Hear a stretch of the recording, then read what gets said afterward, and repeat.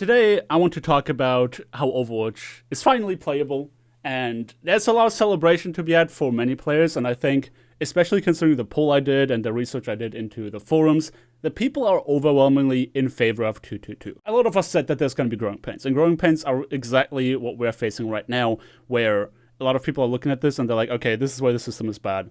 And a few of these things I want to talk about today with Metro. Metro, who is a streamer on Twitch, and because it's his job, he's been grinding this 24/7. And I also need somebody else than Nathan here to dispel the myth that he's trying to take over my channel. So, Metro, thank you so much for taking the time to be here today. Yeah, of course. Glad to be here. So, what is your immediate first impression now that Roku beta has been out for a few days on the live servers? How do you feel about the system in general? So at the very start, I was obviously very hyped. I think this was something almost every content creator, player, fan of Overwatch has been looking forward to for a while now. So I was really hyped. Went into my placements and we did pretty awful. I think if you guys don't know, if you guys don't know me, I play DPS mostly, and I did my DPS placements and went 1-4. So I was pretty depressed. And then I checked my SR and it was 10 SR lower than what I ended with in season 17, and I was like, that's interesting. That's awesome. And then I did my tank placements, healer placements, and it kind of went the same. We lost a lot, but I placed really high on both of them, for me personally. And then I went back and I thought, this doesn't seem right. So good first impressions, but then it doesn't seem to work. But that's why we're in the beta right now. That is a huge point of contention right now, where everybody, especially the streamers, obviously, they stop playing this thing. They have the 5 placements on their main role, and everything seems fine initially from what I've seen, where everybody plays their main roles, and matchmaking felt great. But now that they're done with their main role, suddenly they start playing their off roles, maybe roles they haven't played that much, and suddenly the problems start to occur. You have people who play in any rank really, but we're taking Grandmaster as an example right now, where somebody plays, let's say, a 4.2k Mercy, and really hasn't spent a lot of time playing other roles, suddenly placing around the same vicinity for tank and DPS. And that's obviously a problem if you have a 4.2 lobby, but your DPS really is not up to that. And because 222 it feels restrictive in nature because you can't switch between roles, it becomes very apparent who really is the weak link. And as such, it's frustrating because you feel you can't do anything. You can't tell them, hey, you play, I know, Brigade, or you play Orisa, something that's not as demanding as what they're trying to do, and then try to pick up the slack. You can't do this anymore. And that is a huge point that people bring up in combating the system, essentially saying that this is not going to be healthy for the game. But, as you said, it's the beta, and these are problems that I think Blizzard is looking for, and they're trying to iron out. And how has this been affecting your game so far? Has this been a huge problem in your matches? So I've only been playing for the 3 days it has been out. You're totally right in that sometimes it feels really frustrating. I think there's a lot of players right now. I think the majority of the player base in Overwatch has their main role. I think everyone is better on one role that they are on 2 other roles. Even if they call themselves a flex player, I think most people have one role that they just perform better at and played more games on that role. So when these players swap to the off role, which I mean that's what the system encourages, right?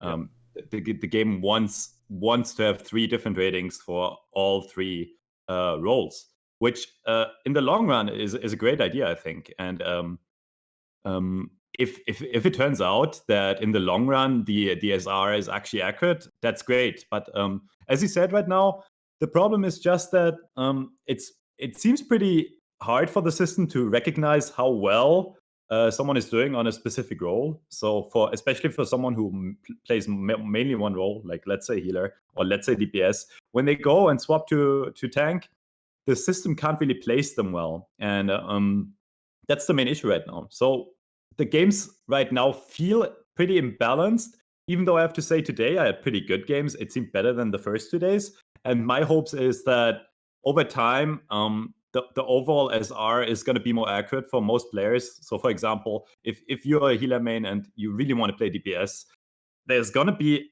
some time, a few days, depending on how often you play per day, there's going to be times where you get those DPS players on your team that clearly don't play DPS and that are ranked way too high. my hopes are that in the long run, it's going to kind of even out, and the players are finally going to be, or eventually going to be, at a rank where they belong on that role. And then I think overall the system is going to be so much better in terms of balance. Because the one thing I noticed, and I have to say, there's way less stress with like building comms. The comms are forced. There's like you can go into a game and you have guaranteed 2-2-2 comp. It just feels better. You know what you're working with, and even if you have people that are clearly not like super comfortable on that one role, you can still make it work. And the games overall felt better, even though there were some hard stomps. They felt more fun, more balanced, or at least like closer than a lot of the games you got before, right? Where you just have 5 insta-lock DPS and then it's a GG from the start. I do think that something that's very noteworthy is that 3 days into the beta being live, you already observed an improvement in match quality outside of people playing their main roles. And that's like the big point here, right? The system needs time. I have a theory, and really everything you read online right now, they're all just theories. Nobody knows exactly how the matchmaking system works. There are things we can dispute based on things we do know, but there's very little evidence to support anything else, to say anything to work in a certain concrete way, because obviously the developers never share how the system really works. But my assumption right now is that the reason it's placing people around the same vicinity they play their main role is not simply because the system is lazy and it just does it because, but the data it uses is always comparative. If you look at something like Overbuff, for example, it's not that higher ranked players necessarily always have higher stats. In fact, some of the highest ranked players on their specific hero have lower stats in certain categories than other people who are lower ranked. And that simply comes down because of the opposition they are facing. A 4200 DPS player is going to have a harder time doing 10k damage against a 4200 team than a 3600 DPS player against a 3600 team. They lack coordination, they lack skill, they lack essentially everything that makes GM games so much more difficult. So what I think is happening is that players who only play other roles very rarely, they're going to be playing them in largely coordinated fashion, right? They're like, okay, we have 3 DPS mains, one of us is going to have to play Hog with us Orisa right now. And only because they're not good on Hog doesn't mean you cannot win that game. Because together with your Orisa, you can definitely make that work. It's not very difficult to pull off. So you have a player that's a 4200 DPS, they flex onto other roles so that other people can have their main roles and they end up winning. And really, winning is the determining factor in GM for like how you rank up. You need those win streaks, outside of placements, obviously, where MMR becomes more important. So because you've been winning against Grandmaster players, even though you have lower statistics than a good Roadhog player or a good Ana player, it's still going to think you're decent enough to be in that GM vicinity. So once these people have played more matches on those roles, it's obviously going to even out over time. However, we're in for a very painful adjustment period here. And one funny thing is that I've seen you on stream predict this exact thing happening, and you said it's going to take a couple weeks. I think it's going to take a few months, specifically because people are not all going to rush into play at launch, and especially people that come in after the fact, they're going to make games feel really imbalanced for a while. You might be right. It really depends on how they're going to handle, how Blizzard is going to handle the transition period.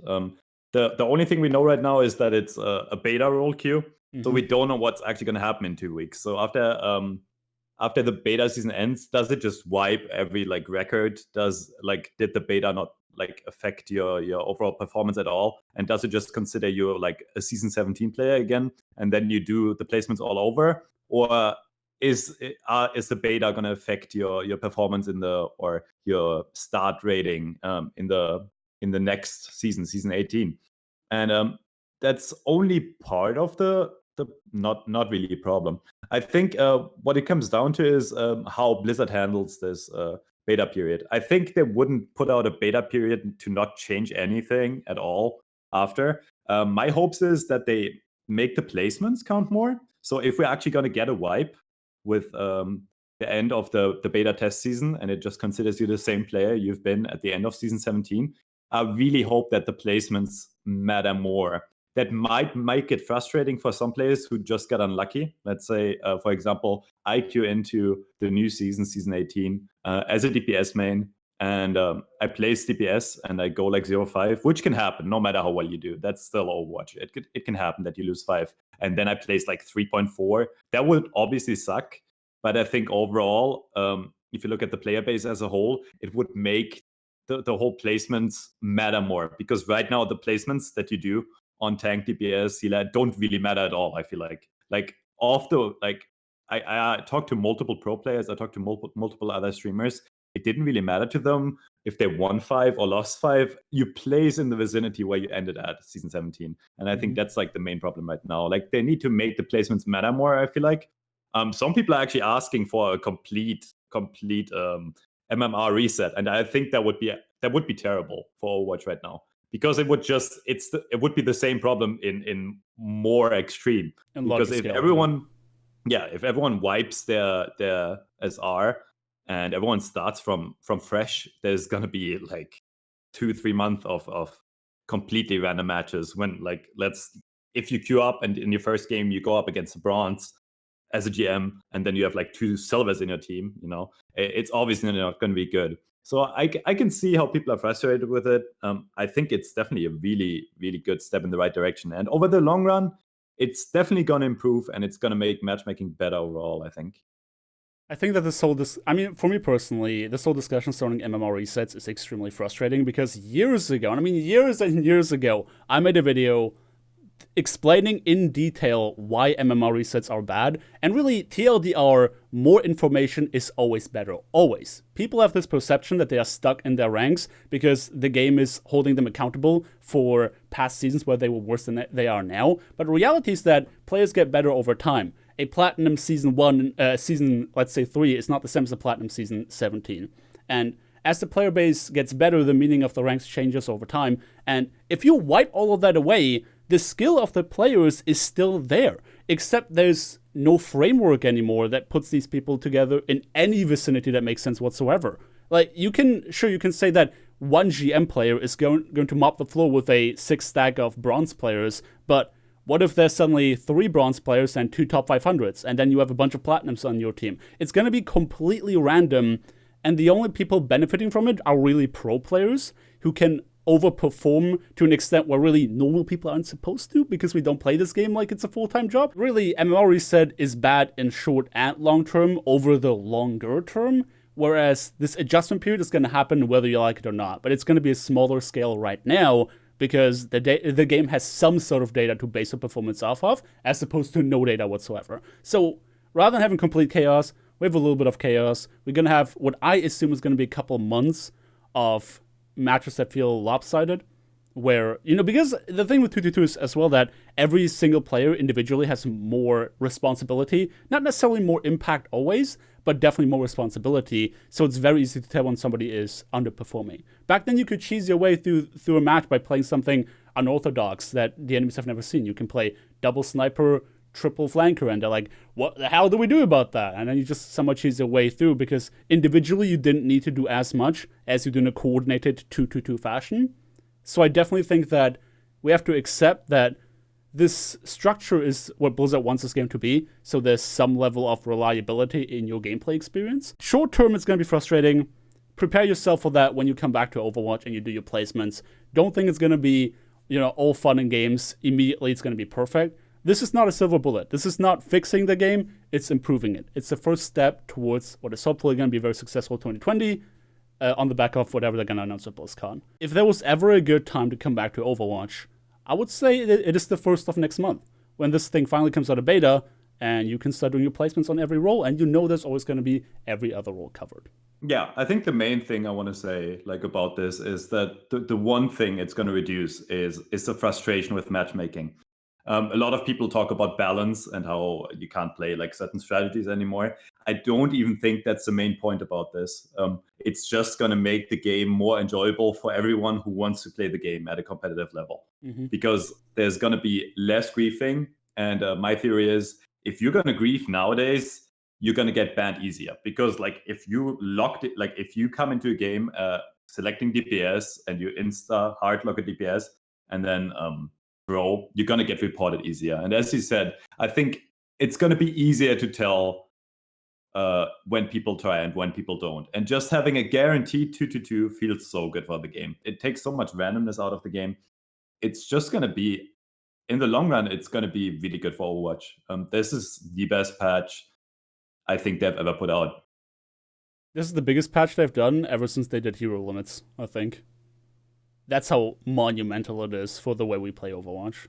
Have you played the game back then when you could stack heroes? No, I haven't. I was gonna say something smart, but no. I started end of season 4, so I haven't even been around for that. Yeah, honestly, so for me, it's like the biggest thing ever. Yeah, so for everyone who has not played, back when you could stack heroes, and then you think about a world where that is possible, and suddenly you can no longer do that, this is what this feels like. It's absolutely massive in the way we play this game. And it's going to change it forever. It's going to change the competitive scene forever. It's going to change the pro scene forever. And it's going to take a lot of randomness out. Randomness in the competitive sense, but also randomness in a fun sense. I'm sorry for everyone who enjoys playing 5 DPS comps. Go to the arcade for that. But really, if you play Overwatch, you now know what Overwatch is. Overwatch is 2 tanks, 2 DPS, 2 supports, and you will have that every single game. As such, I would say Overwatch is finally playable. Dude, thank you so much for taking your time, after stream especially, to talk about this. Yeah, I've seen you grind this. Dude, you've been grinding this so much. I was like, if there's anyone who's going to have a strong opinion on this, it's going to be you. And again, dude, thank you so much for taking your time. Yeah, of course. You're welcome. Everybody, you can check him out over on twitch.tv/Metro. You might have heard on him. He's either there or on your flank. So watch out behind you. Thank you everybody so much for watching. Don't forget to drop a like on your way out if you enjoyed the video. Subscribe if you want to see more. And check out Metro on Twitch. Thanks once again, and I hope to see you guys next time. See ya! Bye!